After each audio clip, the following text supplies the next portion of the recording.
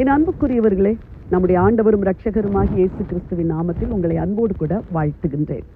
வாழ்க்கையிலே நாம் ஒவ்வொரு நாளும் கடந்து செல்லும் பொழுது சில வேளைகளில் சில பிரச்சனைகள் வருகிறது. இந்த பிரச்சனைகள் எப்படி என்றால், நீங்கள் எதிர்பார்த்தது ஒன்று, நடப்பது ஒன்றாயிருக்கும். ஜெபித்தது ஒன்று, நடப்பது ஒன்றாயிருக்கும்.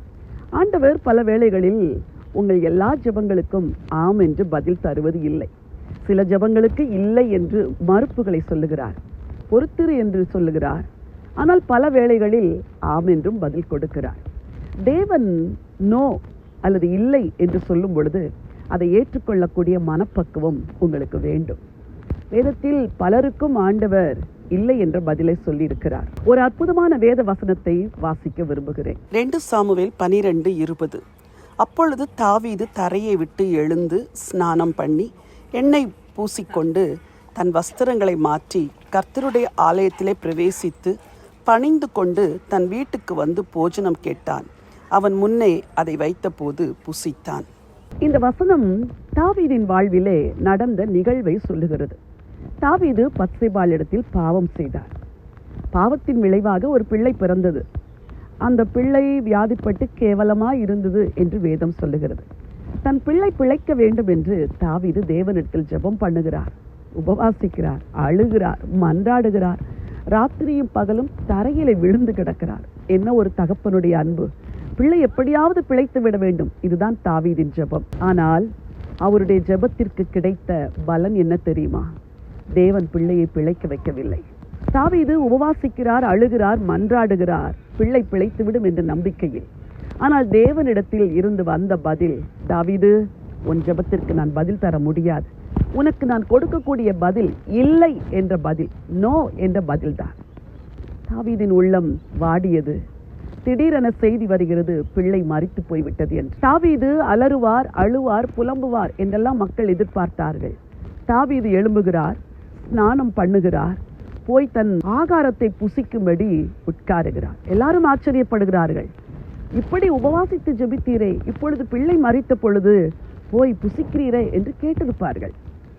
தேவனிடத்திலிருந்து இல்லை என்ற ஒரு பதில் வரும் பொழுது யார் தேவனுக்கு முன்பாக நின்று வழக்காட முடியும்? தேவன் எனக்கு மறுப்பு சொன்னதை நான் ஏற்றுக்கொள்கிறேன் என்று தாவீது ஏற்றுக்கொண்டார். இன்றைக்கு உங்கள் வாழ்க்கையிலும் இப்படித்தான். சில காரியங்களுக்கு தேவன் மறுப்பு சொன்னால் ஏற்றுக்கொள்ள பழகுங்கள். இல்லை என்ற பதிலை கூட கர்த்தரிடத்திலிருந்து வாங்கிக் கொள்ளுங்கள். சில மரணம், சில நஷ்டம், சில கஷ்டம் தேவனுடைய அறிவுக்கு அப்பாற்பட்டு உங்கள் வாழ்க்கையில் வரவில்லை. கர்த்தர் அறிந்துதான் அனுமதித்திருக்கிறார். இல்லை என்ற பதிலை ஏற்றுக்கொள்ள பழகுங்கள்.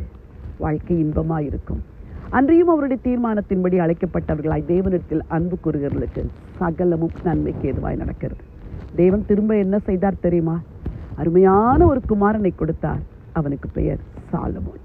இல்லை என்ற ஒரு பதிலை பெற்றுக்கொண்ட உங்களுக்கு ஆச்சரியமான பதில்கள் இன்னும் காத்திருக்கிறது. இந்த நம்பிக்கையோடு இந்த நாளை துவங்குங்கள். உங்களுக்காய் ஜெபிக்க விரும்புகிறேன். பரலோகத்தின் தேவனே, நல்ல பிதாவே, வாழ்க்கையின் நிகழ்வுகளில் எங்கள் ஜெபங்களுக்கு பதிலே வராத போது உங்கள் பிள்ளைகள் மனம் தளர்ந்து விடாதபடி கர்த்தர் தனக்கு சொன்ன வார்த்தைகளை ஏற்றுக்கொண்டு தொடர்ந்து வாழ்க்கையில் முன்னேற உதவி செய்யுங்க.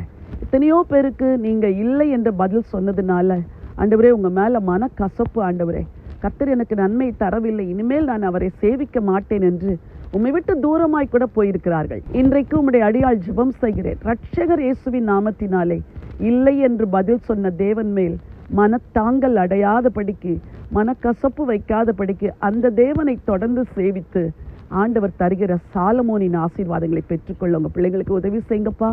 உங்க வலதுகரம் தொடர்ந்து வழி நடத்தட்டும். ஆண்டவர் இயேசுவின் நாமத்தில் ஜெபிக்கிறேன் நல்ல பிதாவே, ஆமென், ஆமென். பிரியமானவர்களே, ஆண்டவர் இல்லை என்று பதில் சொன்னால் ஏற்றுக்கொள்ளுங்கள். அதை அடுத்து சிறந்த ஒரு பதில் ஒன்று உங்களுக்காய் காத்திருக்கிறது. இந்த நினைவோடு இந்த நாளை துவங்குங்கள். இந்த நாள் ஒரு வெற்றியின் நாள். God bless you.